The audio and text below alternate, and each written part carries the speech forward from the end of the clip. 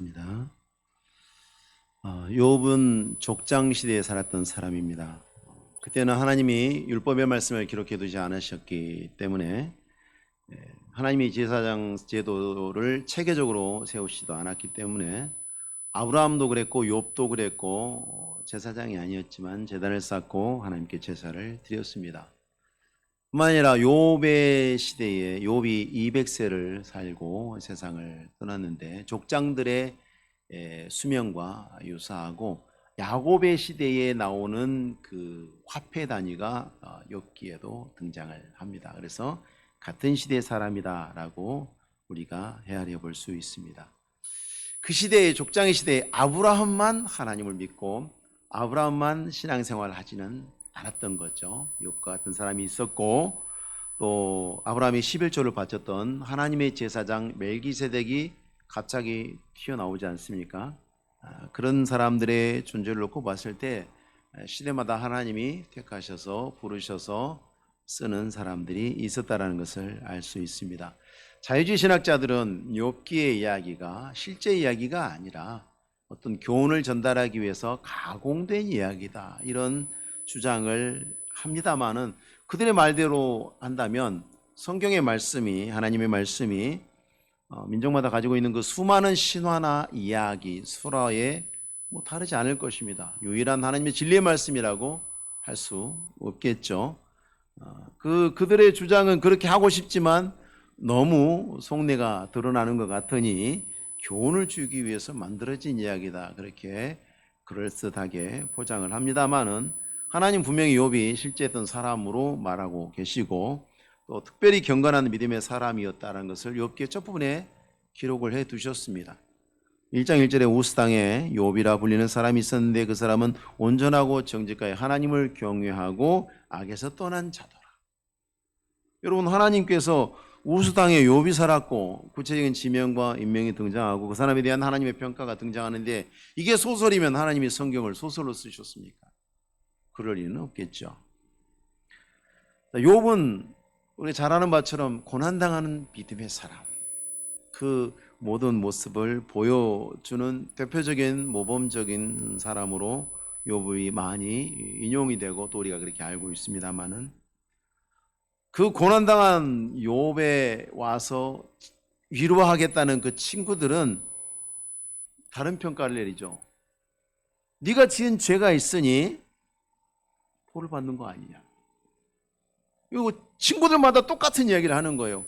네가 지은 죄가 있으니까 벌을 받는 것 아니냐. 집요하게 책망합니다.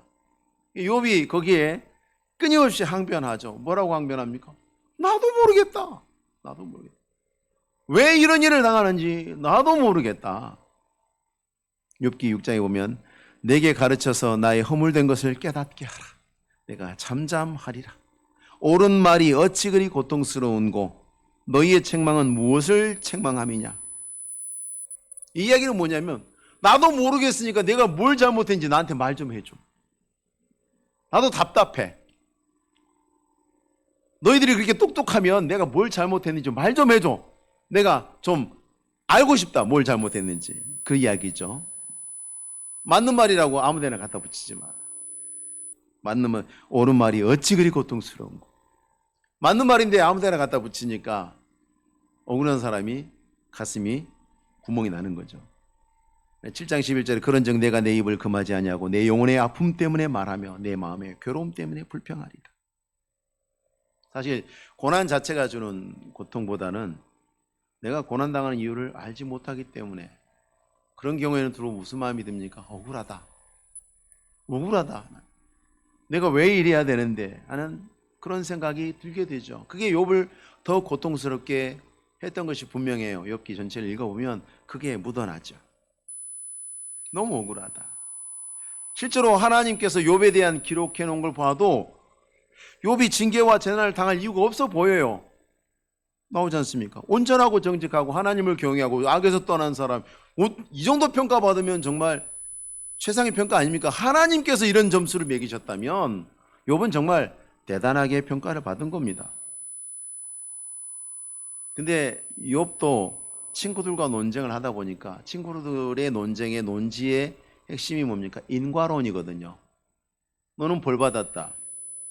고통과 당하고 있지. 그럼 벌 받은 거다. 벌을 왜 받냐? 죄를 지었으니 받지. 빨리 네 죄를 자백해라. 이렇게 나오는 거거든. 이게 인과론이죠, 이게. 근데 여러분, 인과론으로 보면 이 세상이 이해가 됩니까? 우리 사는 세상이 이해됩니까? 정말 우리 사는 세상에 악한 사람도 벌 받습니까? 아니라는 건 우리 알지 않습니까? 불편한 이야기지만 돈 있고 힘 있는 사람들은 벌 안 받습니다. 벌 안 받습니다. 다 빠져나갑니다. 힘 없는 사람들은 먼지 하나까지도 다 들리죠. 똑같은 죄를 지어도 힘 있는 사람과 힘 없는 사람, 비싼 변호사 같이 가는 사람과 혼자 가는 사람은 차이가 납니다. 절대 같지 않습니다. 세상은 공정하지 않습니다. 인과론으로 설명할 수 있습니까? 설명할 수 없죠. 인과론으로 보면 이 세상은 존재할 가치가 없을 정도로 썩었고 부패하고 타락하고 악합니다. 전혀 가치를 찾아볼 수 없을 정도로. 인과론 입장에서 봤을 때는 욥의 고난이 이해가 안 되는 거죠. 이해할 수 없는 겁니다. 그래서 욥은 자기 고난이 이해가 안 되고 욥의 친구들은 이해를 못하는 욥이 이해가 안 되는 거예요.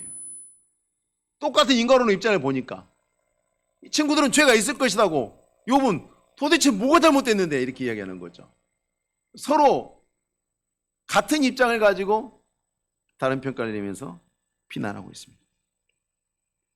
그러나 진정으로 징계와 재난을 당할 이유가 없는 사람이 있다면 참 하나님이시고 참 사람이셨던 그리스도밖에 없죠.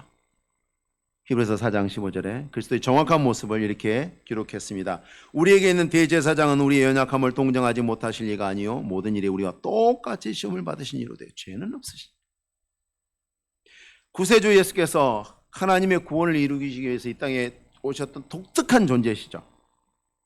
그러나 모든 인간들은 죄 가운데 태어난 죄인입니다. 시편 51편에 다윗이 내가 죄악 중에 출생하였으며 어머니가 죄 중에서 나를 잉태하였나이다. 거룩하신 하나님 앞에서 고난당하지 않고 징계당하지 않아야 마땅한 사람이 존재합니까? 없죠. 욥은 그게 자기를 포함한 모든 인간의 본질이라는 것을 알고 있어요. 28절에 주께서 나를 죄 없다고 여기지 않으실 줄 아나이다. 이게 지금 욥의 마음속에 이 두 가지가 혼란하고 있는 거죠. 나 이거 죄인인 건 맞아요. 하나님 앞에 감히 내가 그걸 말할 수 없어요. 내가 죄가 있니 없니 하고 말할 수는 없는데 친구들에게는 니들이 할 말은 아니지 그 얘기죠. 적어도 욥은 누구보다도 탁월한 사람이에요. 욥의 친구들이 비난할 정도로 욥이 그렇게 잘못 살지 않았어요. 근데 하나님 앞에서는 아닌 거죠. 그러니까 인과론에 대해서 반박을 하면서도 내가 정말 하나님 앞에서 죄가 없는가? 그건 아닌 거죠. 이 두 마음이 뒤섞여서 욥이 지금 뒤숭숭합니다. 뒤숭숭한데 그 뒤숭숭한 가운데서 내가 왜 이런 일을 당해야 하지? 하나님은 왜 나를 이렇게 괴로운 전환 속에 두셨지? 하는 생각을 갖고 있어요. 하나님의 섭리 앞에서 하나님의 선하신 섭리 안에서 그것을 온전히 순종하고자 하는 마음이 아직 욥에게 완전히 준비되어 있지 않아요. 우리도 그렇지 않아요. 우리도 예수 믿고 구원받은 하나님의 백성이고 그렇습니다만은 우리가 살면서 항상 하나님 앞에서 바른 믿음의 태도를 갖고 살진 않지 않습니까? 우리 수없이 헛발질하면서 삽니다. 믿음으로 산다고 하면서도 불평 자주 합니다. 원망 자주 합니다. 마치 나는 아무 잘못이 없는데 하나님만 나를 괜히 괴롭히는 것처럼 그렇게 생각하기도 하고 말하기도 하고. 지금 욥이 그러죠. 25절에 나의 날이 경주보다 빨리 사라져버리니 복을 볼 수 없다. 하나님은 복의 근원이시고 하나님이 나와 함께 하심으로 내게 주의 은혜와 복이 있나이다. 그게 아니라 내가 복을 볼 수 없구나. 와, 내 인생이 이렇게 짧은데 하나님 내 이렇게 짧은 금쪽 같은 인생을 이 시간들을 이렇게 빨리 지나가게 하시는 이 시간 속에서 이 시간을 이렇게 고통스럽게 하고 나를 이렇게 괴롭게 하시면 속상해. 그거거든요. 이렇게 금쪽 같은 시간 내가 이렇게 보내야 됩니까 하나님? 그런 마음이 있는 거죠. 이전의 상태로 빨리 돌아가고 싶은데 마음이 간절한데 시간은 너무 빨리 흐르고 인생은 늙어가고 좋은 시절 청춘은 다 가고 청춘을 돌려다오. 욥의 이 상태가 지금 뭐냐면 자기 연민의 상태입니다. 여러분, 예수 믿는 사람들에게, 신앙인들에게 자기 연민은 굉장히 해로운 겁니다. 절대 믿음에 도움이 되지 않습니다. 자기가 상대적으로 지나치게 고통을 당하고 있다고 믿고 자기를 불쌍히 여기는 게 자기 연민이거든요. 나는 불쌍해. 근데 그 불쌍하다는 생각에 근본에 뭐가 있습니까? 나는 억울해. 억울하니까 불쌍해. 억울하지 않으면 덜 불쌍하겠죠. 내가 이런 일을 당할 만한 이유가 없는데 나는 이런 일을 당하고 있어. 그러니까 나는 불쌍해. 자기를 연민하는 거죠. 근데 나만 힘들다고 생각하는 이 생각에 사로잡히면 자기도 힘들고요, 옆에 사람들도 힘듭니다. 자기 연민에 빠져 있는 사람 옆에 있으면요, 정말 에너지를 뺏깁니다. 끝없이 에너지를 뺏깁니다. 계속해서 그 사람에게 부어주어도 소용없습니다. 하나님을 향한 신앙을 흔들리게 만들고, 그리고 믿음 안에 굳게 서지 못하도록 하는 것이 자기 연민이라는 감정이죠. 이런 자기 연민의 감정 안에는 모든 일이 하나님의 섭리 가운데, 온전한 섭리 가운데 모든 일이 있다. 하나님이 모든 것을 보시고 모든 것을 아시고 모든 것을 공정하고 공의롭게 통치하고 계신다는 믿음이 자리 잡힐 수 없죠. 내 인생을 내가 불쌍히 여긴다, 내 형편을 불쌍히 여긴다는 것은 하나님이 나에게 허락하신 환경, 적어도 지금 이 순간 이 자리에 나에게 이 문제에 있어서만큼은 하나님이 공정하지 않으신 것 같아요. 하나님이 요건 놓친 것 같아요. 너무 잘 기록을 해놨어요. 하나님 이걸 놓치신 것 같아요. 하나님 이거 빠뜨리신 거 아니에요? 이거는 좀 잘못 다루시고 있는 것 같은데요. 하나님 검토 좀 해보세요. 잘못하신 것 같아요. 자기 긍정의 힘이라고 하는 책을 들어보신 분도 있을지 모르겠어요. 미국의 상당히 유명한 목회자입니다. 그 사람이 주장하는 것은 번영의 신학입니다. 그런데 성경을 말하고 하나님의 이름을 말하지만 이 사람이 말하는 것은 하나님의 뜻이 아닙니다. 이 사람이 이렇게 주장하죠. 당신은 당신의 인생을 방해하는 모든 부정적 사고를 제거함으로써 단순하면서도 완전히 새로운 전략을 얻을 수 있다. 지존하신 하나님의 자녀로서 당신의 인생에서 만나게 되는 모든 것들을 다룰 수 있는 능력이 있다. 누구에게? 당신에게. 멋진 말이죠. 되게 듣기에는 멋진 말이죠. 하나님의 뜻이 아니죠. 이 말을 만약에 욥에게 들려준다면 욥이 얼마나 화가 나겠어요. 이 말을 바꿔서 이야기하면, 욥, 너는 고난을 당하고 있군. 너는 네 인생을 통제하지 못하고 있군. 너는 인생을 똑바로 다루지 못했어. 하나님의 자녀로서 당신의 인생에 만나는 모든 것들을 다룰 수 있는 능력이 있는데 너는 왜 그것을 사용하지 않고 있지? 어리석군.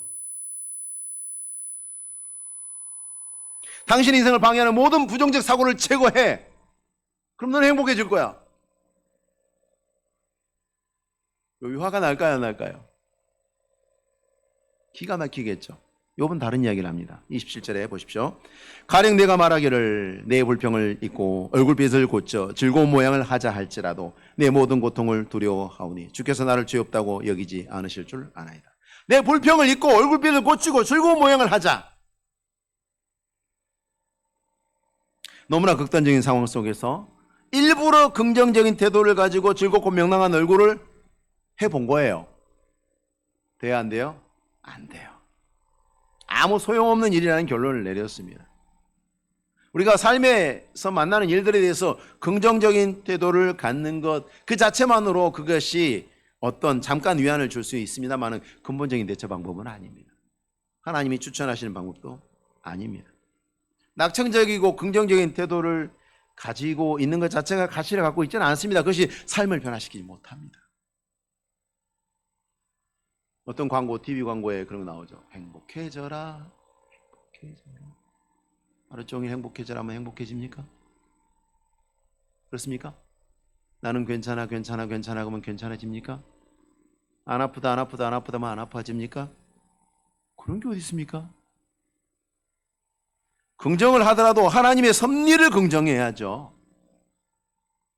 그냥 긍정적인 사고 방식으로 내 인생을 통제하는 것이 아니라 내게 허락하시는 하나님의 섭리, 하나님이 이 세상의 주인이 되시고 내 인생의 주인이 되시고 그래서 때로는 나를 고난 가운데 두시고 나를 형통한 가운데 두시더라도 어찌하든지 하나님의 섭리 가운데 주의 선하신 뜻이 있고 그 뜻을 마침내 이루실 것이다. 이걸 긍정해야 되는 거예요. 우리의 긍정은 그리스도 안에서 하나님 안에서 이루어져야 되죠.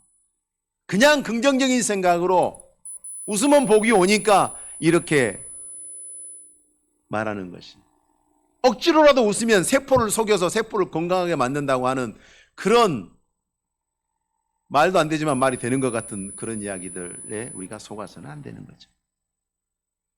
하나님의 섭리를 긍정할 때 비로소 우리는 고통이 주는 압박이나 내 인생은 내가 여기까지 왜 이렇게 살았는가, 나는 이 나이 때까지 뭐 했나 하는 그러한 실패한 인생이라는 그런 두려움을 올가면서 벗어날 수 있습니다. 하나님이 나를 고통 가운데 두셨고 나를 험난한 삶을 살게 하셨을지라도 그 가운데 하나님의 선하신 뜻이 있고 나는 믿음으로 내 걸음을 지켰으니 하나님께서 선히 보시고 선히 판단할 것이다. 그럴 때 내가 지나온 삶이 헛되지 않았구나. 비로소 하나님 안에서 긍정이 이루어지는 것입니다. 욥기 23장의 말씀 우리가 읽을 때마다 참 감사하고 기쁜 말씀 아닙니까? 내가 가는 길을 그가 아시나니 그가 나를 단련하시는 내가 숨금같이 되어 나오리라.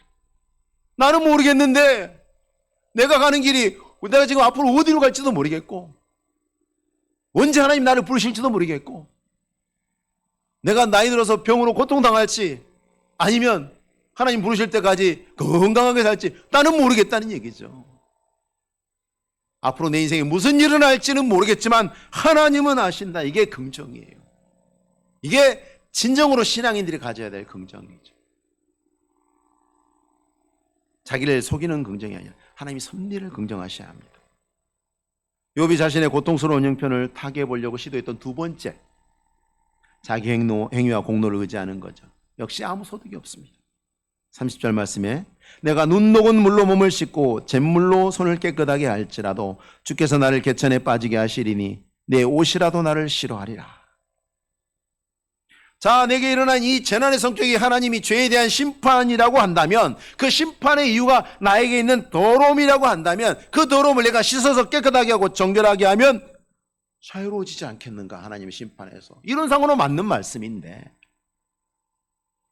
욥은 그조차도 불가능하다고 말합니다. 잿물이 뭡니까? 여러분, 비누잖아요. 비누.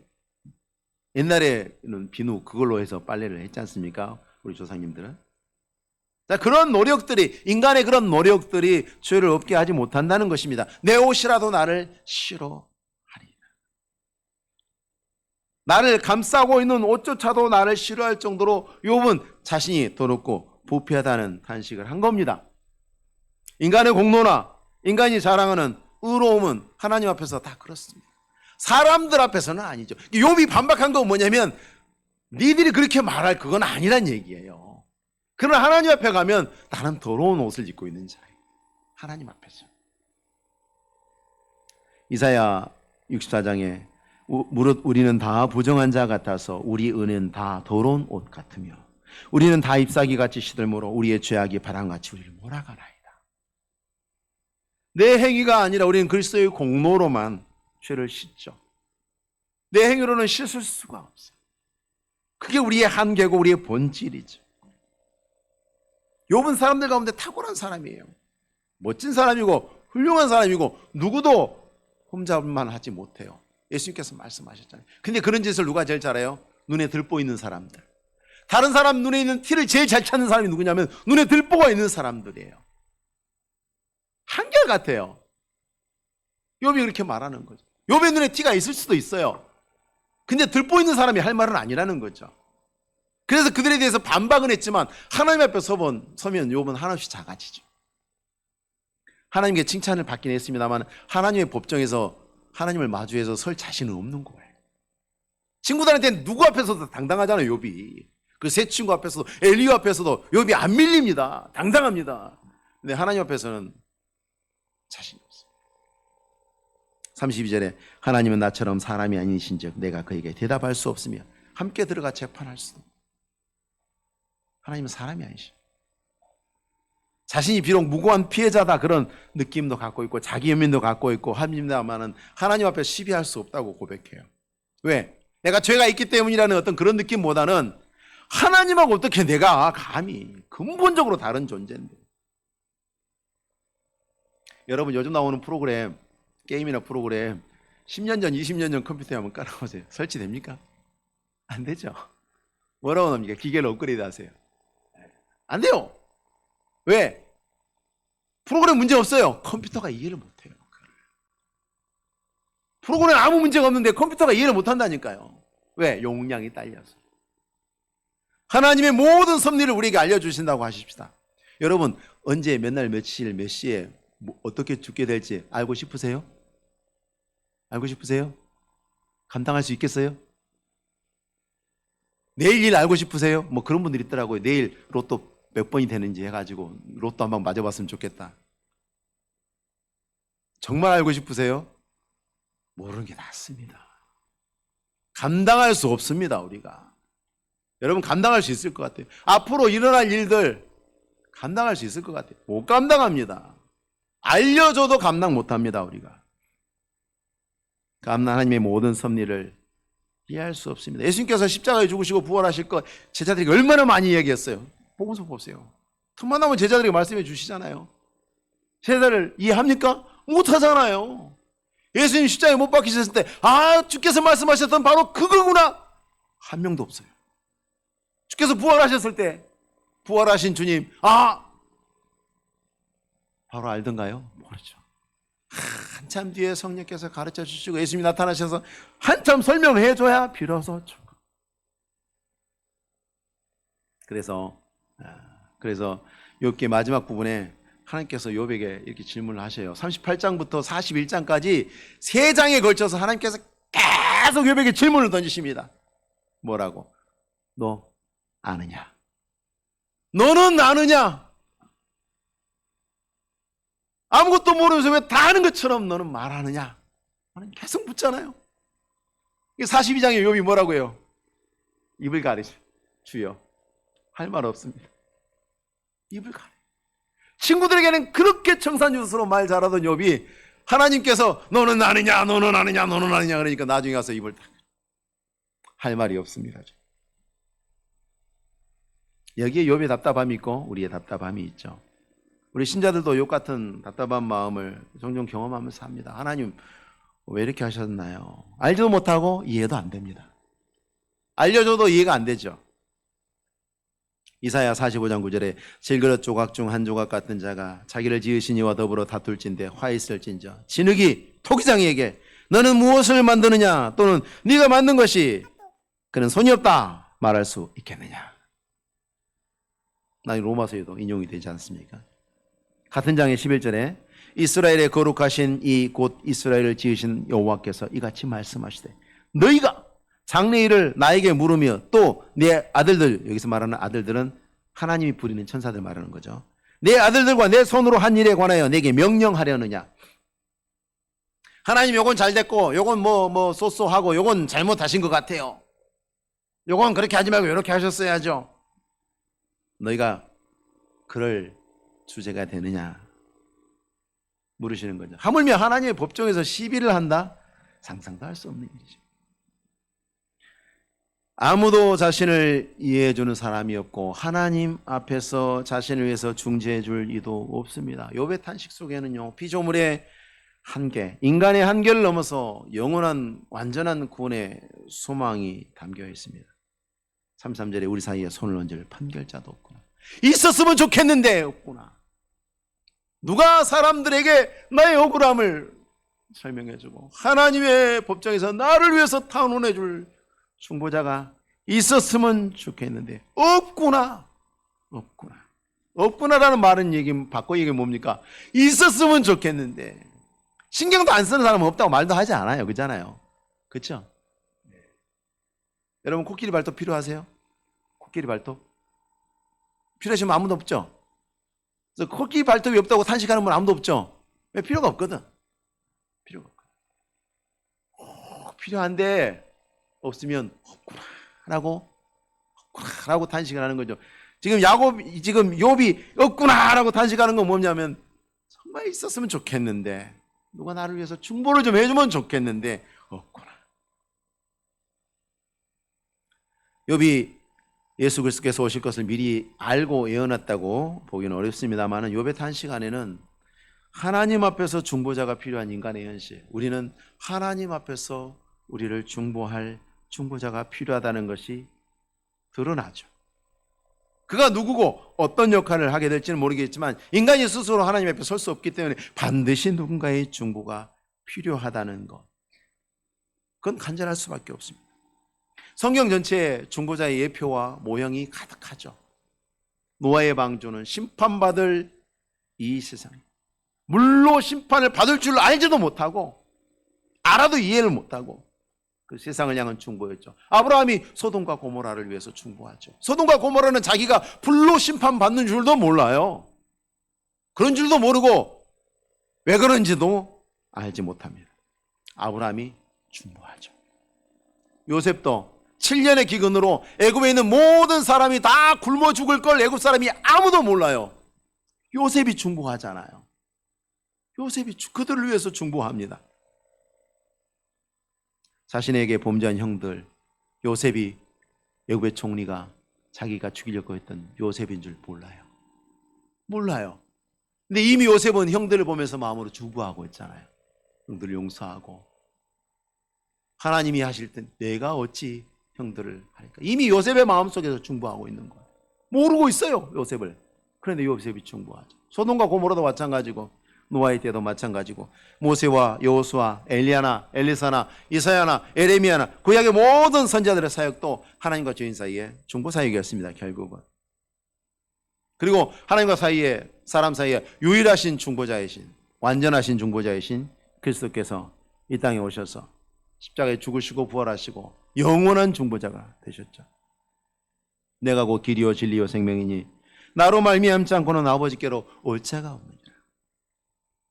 그러므로 형제들아, 우리가 예수의 피를 힘입어 성소에 들어갈 담력을 얻었나니 그 길은 우리를 위하여 휘장 가운데로 열어놓으신 새로운 살 길이요 휘장은 곧 그의 육체니라. 욥은 하나님의 그 앞에 들어가는 게 두렵다 그랬는데 예수의 피를 힘입어서 성소에 들어갈 담력을 얻는다고. 얼마나 놀라운 소식이고 복된 소식이고 얼마나 감사한 이야기입니까?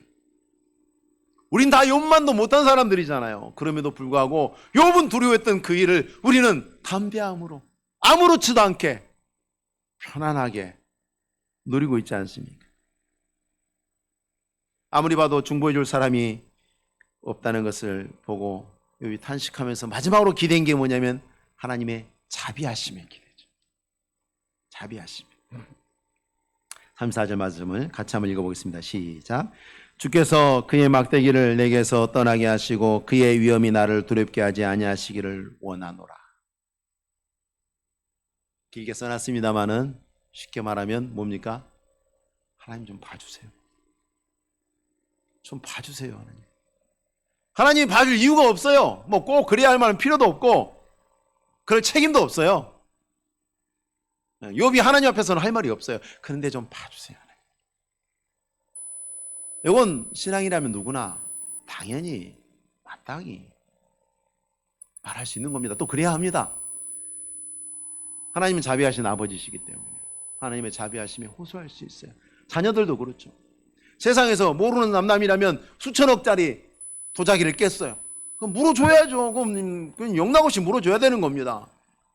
근데 아버지 거 깼어요. 자식이, 아들이 놀다가 깼어요. 아버지가 왔어요. 아버지 잘못했어요. 아버지가 뭐 손해배상 청구합니까? 아니죠. 자비하심에 의지해서 구할 때 수용하시지 않습니까? 욥도 그겁니다. 순전히 하나님 자비하심을 베풀어 주셔서 내가 두려움에 떨지 않게 하옵소서. 관리할 수 있는 게 없어요. 근데 이게 맞는 거예요. 하나님은 욥에게 그 자비하심에 대한 어떤 약속을 그 시대에는 주신 게 없죠. 중보자로 오신 예수 그리스도에 대한 약속 욥은 받지 못했습니다. 그래서 욥이 하나님에 대한 이해가 부족한 것도 헤아릴 수 있습니다. 그러나 결정적으로 중요한 것은 뭐냐면 하나님 앞에 나아가는 사람, 하나님께서 자비하심으로 그를 바라볼 것을 기대할 수 있습니다. 요청할 수 있습니다. 소망할 수 있습니다. 믿음으로 하나님 앞에 그가 자기를 찾는 자들에게 상 주시는 이심을 믿어야 할지니라. 35절에 그리하시면 내가 두려움 없이 말하리라. 나는 본래 그렇게 할 수 있는 자가 아닙니다. 나는 그럴 만한 사람이 아닙니다. 나는 하나님 앞에서 그렇게 말할 수 있는 자격과 조건을 갖춘 사람이 아닙니다. 그러나 하나님께서 봐주시면, 하나님 좀 살살해 주시면 내가 하나님께 서지 않을까. 욥은 자신의 극심한 고통 가운데 이유를 알 수 없다. 인간으로는 봤을 땐 이유를 알 수 없다. 불평하면서, 그런 불평들은 반드시 자기 연민으로 간다 그랬죠. 깊은 자기 연민으로 갑니다. 그러면서 상황을 타개해 보려고 마음을 바꿔서 행복해지자, 기쁘자, 괜찮다, I'm okay. 안 돼요. 그러면 원인을 좀 없애보자. 내 힘과 노력과 공로를 통해서 안 돼요. 중보자밖에 없구나. 근데 아무도 중보할 사람이 없구나. 마지막으로 할 것은 하나님 좀 봐주세요. 자비를 베풀어 주세요. 너무 힘들어요. 하나님, 이제 그만하시면 안 될까요? 오늘날 우리는 우리를 위해서 항상 중보하시는, 하나님 우편에서 중보하시는 그리스도 예수를 믿습니다. 우리 모든 사람들은 중보하시는, 영원히 우리를 떠나지 아니하시고 우리의 모든 삶 가운데, 우리 모든 일들 가운데, 우리 모든 고통 가운데 헤아리시고 보시고 도우시고 믿음으로 살아갈 힘을 주시는 중보자 예수 그리스도를 우리 믿고 알고 갖고 있습니다. 이사야 53장 말씀 얼마나 보배로운 말씀입니까? 그는 실로 우리의 질고를 당하고 우리의 슬픔을 당하였고 우리는 생각하기를 그는 징벌을 받아서 하나님께 맞으며 고통을 당한다 했노라. 그가 찔림은 우리의 허물 때문이요 그가 상함은 우리의 죄악 때문이라. 그가 징계를 받음으로 우리는 평화를 누리고 그가 채찍에 맞음으로 우리는 마음을 알았다. 얼마나 감사합니다. 중보자 되신 예수께서 한없이 연약한 우리를 사랑하시고 도우시고, 그분이 영원히 우리와 함께 하시고 버리지 아니하시고 떠나지 아니하신다는 이것이 얼마나 큰 은혜고, 우리는 얼마나 그 큰 은혜 속에서 살고 있습니까? 우리가 이 은혜를 의지하시고 우리의 삶을 섭리하시는 하나님의 선하신 뜻을 의심하지 마시고, 때로는 고난 가운데, 때로는 억울함 가운데, 때로는 속상함 가운데, 때로는 힘겨움 가운데 우리를 인도할지라도 하나님을 신뢰하시고 모든 시간 속에, 모든 호흡 속에 하나님을 향한 온전한 감사로 믿음의 걸음을 걸어가시는 우리 성도님들 되시기 바랍니다. 기도하겠습니다. 주여, 영광과 찬송을 받으시기에 합당하신 우리 아버지 하나님 감사합니다. 하나님이여, 우리가 감히 하나님 앞에 설 수 없는, 말할 수 없는 죄인들이오나 우리 구주 예수 그리스도의 그 중보하심으로 인하여 우리가 주 앞에 나가 주의 이름으로 기도하고 주의 이름으로 하나님께 또한 간구하고 구할 것을 바라고 소망하며 살아갑니다. 하나님이여, 이 은혜 가운데 우리가 있게 하시고 또한 살게 하시고 영원토록 인도하실 것을 약속하셨으니 감사하고 또 감사합니다. 하나님 아버지, 우리가 날마다 이 은혜를 의지하여 살아가게 하옵시고, 고난 가운데 힘겨운 가운데에도 하나님 아버지, 우리가 하나님의 선하신 섭리를 온전히 신뢰하면서 오히려 그 가운데도 감사하고 찬송함으로 주께 영광 돌리며 승리하는 믿음의 걸음으로 나가는 종들 되게 하옵소서. 감사를 드리옵고 예수님의 이름으로 기도하옵나이다. 아멘.